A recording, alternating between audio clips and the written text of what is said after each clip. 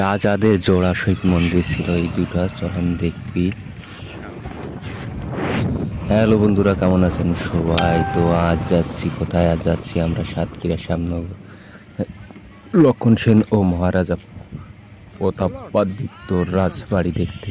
চলুন দেখি, ঘুরে দেখা যাক কী কী আছে।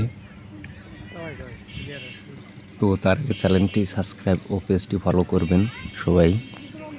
তো এটি হচ্ছে সেই রাজা মহারাজাদের প্রাসাদ বলেন বা যাই বলেন, এর এরিয়া শ্যামনগরে অনেক জায়গা জুড়ে আছে। ঈশ্বরপুর আছে, চণ্ডীপুর আছে, তো বেশ এরিয়া জুড়ে। তো এই বিল্ডিংগুলো আমাদের সেই ইতিহাস সাক্ষী হিসাবে দাঁড়িয়ে রয়েছে যে এখানে আমাদের হিন্দু রাজা বা হিন্দু জমিদাররাই বসবাস করতেন বেশিরভাগ।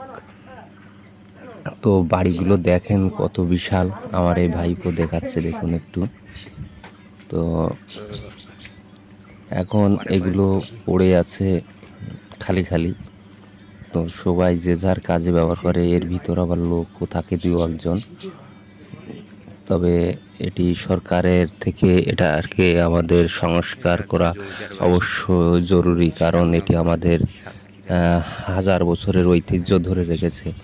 তো এই বিল্ডিংটি কত পুরাতন তা কেউ বলতে পারে না, বা এটা কথিত আছে যে শেষ দুই রাজার নাম পাওয়া যায়, তো সেভাবেই আর কি আমি বললাম।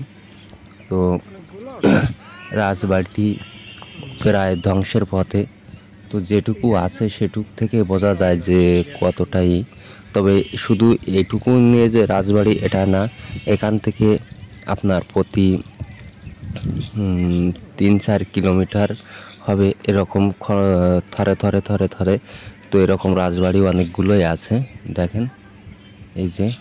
আর এখানে এই যে জোড়া শিব মন্দির, তো যেখানে লক্ষণ সেন এবং প্রতাপ দ্বিতীয় প্রতিদিনই স্নান শেষে মহাদেবের পুজো করতেন।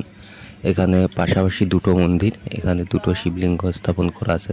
তো মন্দির দুটো এলাকার যে হিন্দু সম্প্রদায় আছে তাঁরাই সংস্কার করে রেখেছেন। তো ভিডিওটি দেখার জন্য আপনাদের অসংখ্য ধন্যবাদ। তো আমাদের ঐতিহ্য ধরে রাখার জন্য, আমাদের হিন্দু ধর্মকে জাগ্রত করার জন্য এই ভিডিওটি শেয়ার করবেন। ধন্যবাদ সবাইকে।